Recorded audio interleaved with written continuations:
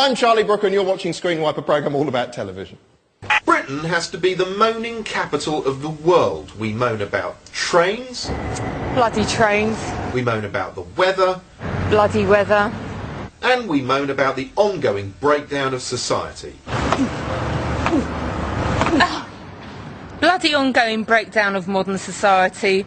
In fact, you name it, we'll moan about it, which is presumably why TV consumer shows are still going strong.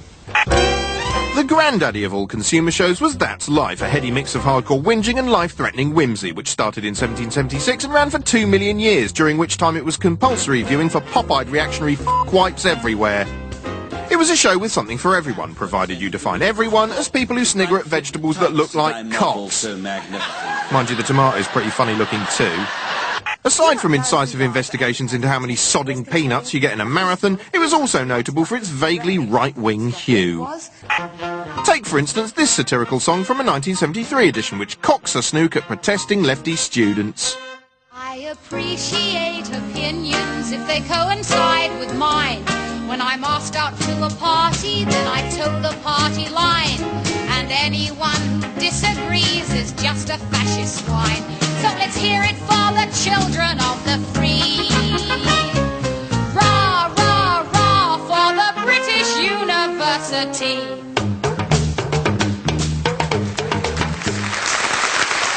It also featured light-hearted rape gags. If there was one thing that Rubens liked, it was a good rape.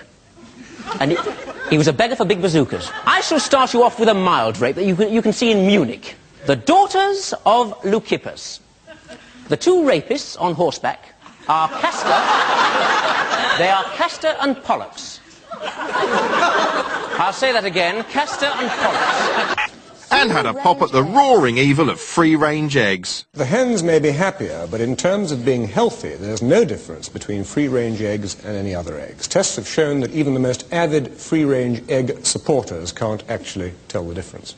Yeah, the hens might be happier, but then again, f*** God's creatures, right, viewers? In health shops, free-range eggs cost 7p a dozen more. Today, consumer gripes still get an airing thanks to programmes like Are We Being Served, an almighty whinge fest that sets out its stall from the off. We've spent weeks investigating customer service in restaurants across the UK, and as you've told us in our special survey, it's a sorry tale. Boo! For this particular edition, the setup involves some bloke called Arkin going undercover in some down-market restaurants in an attempt to find things to whine about, and surprise, surprise, it doesn't take him long. We're not taking disorders, otherwise they'll charge you £8 per person. Well, that does seem a bit rude, hang on. My gripe with this restaurant isn't the minimum spend, that's made perfectly clear at the bottom of the menu. What? I don't want to sound like a stroppy lover, but it's not what he said, it's how he said it. Boo-hoo! Yes, it seems nothing less than snivelling deference will impress Arkin and his team. Well, that and having everything just so. It's very noisy in here. There's a little comment on the back of the menu that asks, how are we doing? At the moment, not very well. This is like the Blair Witch Project for Anyway, while Arkin's job is to pick holes, Julia takes to the streets to berate the British public for their disgusting complacency. Bad service! Why do we put up with it? What is it about us Brits? Do you eat out in restaurants? Yeah. What happens when you don't get good service? We don't tip them. You don't tip them? No. So do you take the 12.5% service off the bill? Very good point, no. Ah, so you're still paying the service, really? Yeah. Which you shouldn't do. Yeah, and you should also kick the waiter right in the f***ing nuts on your way out. Well, you told them. As the show unfolds, the moans keep piling up. This woman's teed off because her daughter's been charged for an adult meal at a restaurant that decides who qualifies for a half-price kiddie meal based on their height. Thing is, it's made clear on the menu and on this sign. Julie didn't notice that sign. Well, it's Julie's fault then. It might be an idiosyncratic policy, but for God's sake, it's their restaurant. What's more, in my opinion, if you take a bunch of mewling kids to a restaurant, you should be charged triple and punched in the face every 5 minutes. Because kids in restaurants are a nightmare. They shriek, they puke, they run around, they smear food all over their stupid little faces. Actually, an undercover camera show that filmed children in restaurants and called them that I would watch. Instead, Arkin pops up again with a squawking family to visit a bargain-priced eatery on a hellish bank holiday Monday to discover that, shock horror, it's not the Ivy. Smile would have been nice. It's just not up to Arkin's standards. The food arrives, but still no smile. And the second waitress isn't exactly full of the joys of spring either. can't imagine why. It must be really satisfying slaving away for peanuts in a cut-price chain restaurant full of moaning little bastards. That chocolate extravaganza soon arrives and the kids are beside themselves. Shame about the waitress. Barely a smile flickered on the face of the waitress that brought it over. She's like... And the kids are like, wow, look at that. She's like... And you think, what are you doing? You're missing the opportunity to engage with these people that are really excited about their food. Oh, f*** you. The trouble with shows like this, I think, is that while there really are a billion things worth complaining about in this world, poor customer service isn't really one of them. Let's stop blowing each other up first, yeah? And then tackle the chain restaurants. And besides, I'd far rather eat in a place with grumpy staff who spit in your face than be served by a grinning android in a room full of joyless nitpickers like Arky. Oh dear, that's not very good.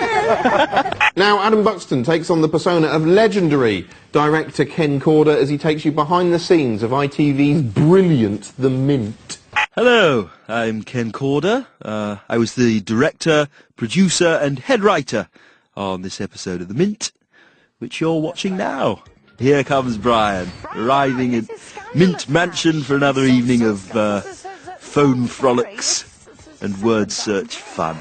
The inspiration for The Mint came to me one night back in 2004, when I was quite drunk on raspberry hooch, and it occurred to me, why aren't there more late-night shows on ITV that cater to drunk people and their low concentration needs? And I thought, bongo, if we can get enough drunk twats phoning in to try and win some money, not only will the show pay for itself, we'll make a load of money too, and that is what classic telly is all about. It's just a classic formula, you know, a gay man with a flowery shirt and a beautiful woman, all alone in a wonderful mansion, except for a few amazing celebrity guests, taking calls about a puzzle, you know, and that's something that everyone can relate to. Can you spell that, please? P-E-S-O. P-E-S-O. Peso, he thinks it is. Mope, pet, send, and sago. Good guess, but wrong, you thick twat. Lots of people wonder how to get their ideas on the telly, so here's an upbeat little guide to why if you're lucky that'll never happen, and if it does, it'll be a nightmare. First of all, let's assume this man represents your idea. Now, if it's possible to showcase your idea live or on the internet, then for God's sake do that before you even think about letting anyone in telly get their hands on it. If it succeeds, they'll beat a path to your door. But say it's not practical or possible to do that, well, what else can you do? Your best bet is to get a job in TV, and after several months slaving in lowly positions, try to bag a job in development. Of course, the company you're working for has to make money to survive, so rather than creating anything worthwhile, you'll be working up an endless stream of shit ideas they hope will be an easy sell. Eventually, you throw caution to the wind and introduce your idea to your fellow creatives, and against the odds, they love it! Having boiled your idea down to a capsule description a child could understand, you approach your first port of call. You outline your idea to a commissioning editor, and stone the crows he likes it.